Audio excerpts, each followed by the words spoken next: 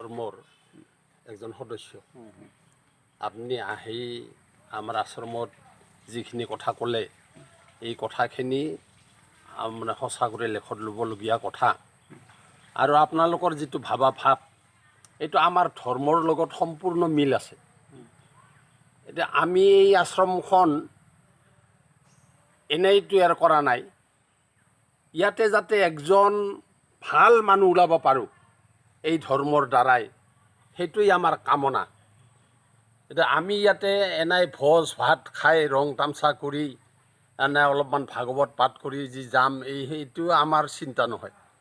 এতিয়া আমাৰ চিন্তা হ'ল কি, এইখন আশ্ৰমত নিশ্চয়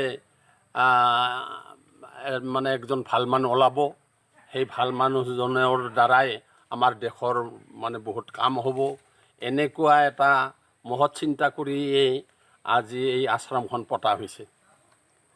এতিয়া তাতে আপুনি আহি আমাক যিখিনি উপদেশ আগবঢ়ালে আমি সঁচা কৰি আপোনাক ধন্যবাদ দিছোঁ। আৰু লগতে আমাৰ এই মানে যিখন চৰকাৰ BTC চৰকাৰ, হাগ্ৰামা চৰকাৰী যিটো চৰকাৰখন চলাই আছে, এই সম্পৰ্কে আপুনি যিখিনি আমাক জ্ঞান দিলে মই তাৰ কাৰণে আপোনাক ধন্যবাদ জনাইছোঁ। হয়, এইখন চৰকাৰৰ অলপ হ'লেও